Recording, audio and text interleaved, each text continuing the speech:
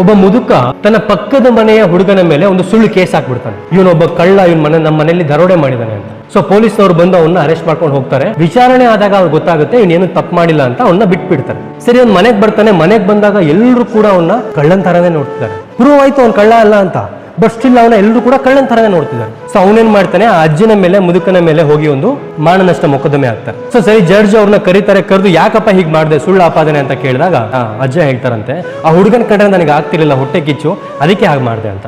ಆಗ ಜಡ್ಜ್ ಹೇಳ್ತಾರಂತೆ, ಸರಿ, ಅವನ ಬಗ್ಗೆ ನೀನ್ ಮಾಡೋಂತ ಎಲ್ಲ ಆಪಾದನೆಯನ್ನು ಕೂಡ ಒಂದು ಲಿಸ್ಟ್ ಮಾಡು. ಆ ಲಿಸ್ಟ್ ನ 500 ಜೆರಾಕ್ಸ್ ತೆಗ್ಸು. ಅದನ್ನ ನಾಳೆ ನೀನು ಕೋರ್ಟಿಗೆ ಬರ್ಬೇಕಾದ್ರೆ ಊರ್ ತುಂಬಾ ಪ್ರತಿಯೊಂದು ಮನೆ ಮುಂದೆನೂ ಕೂಡ ಹಾಕ್ಬಿಟ್ಟು ಬಾ ಅಂತ. ಸರಿ ಅಂತ ಹೇಳೋಣ. ಅದೇ ತರ ಎಲ್ಲ ಮನೆಗಳ ಮುಂದೆನೂ ಕೂಡ 500 ಜೆರಾಕ್ಸ್ ಕಾಪಿನ ಹಾಕಿ ಬರ್ತಾನೆ. ಜಡ್ಜು ಕೋರ್ಟ್ ಅಲ್ಲಿ ಕೇಳ್ತಾರಂತೆ, ಸರಿ ಇವಾಗ ಹೋಗಿ ನೀನ್ ಎಲ್ಲೆಲ್ಲಿ ಆ ಕಾಗದಗಳನ್ನ ಬಿಸಾಕ್ ಬಂದಿದ್ದಲ್ಲ ಅವೆಲ್ಲವನ್ನು ಕೂಡ ವಾಪಸ್ ಎತ್ಕೋಬಾ ಅಂತ.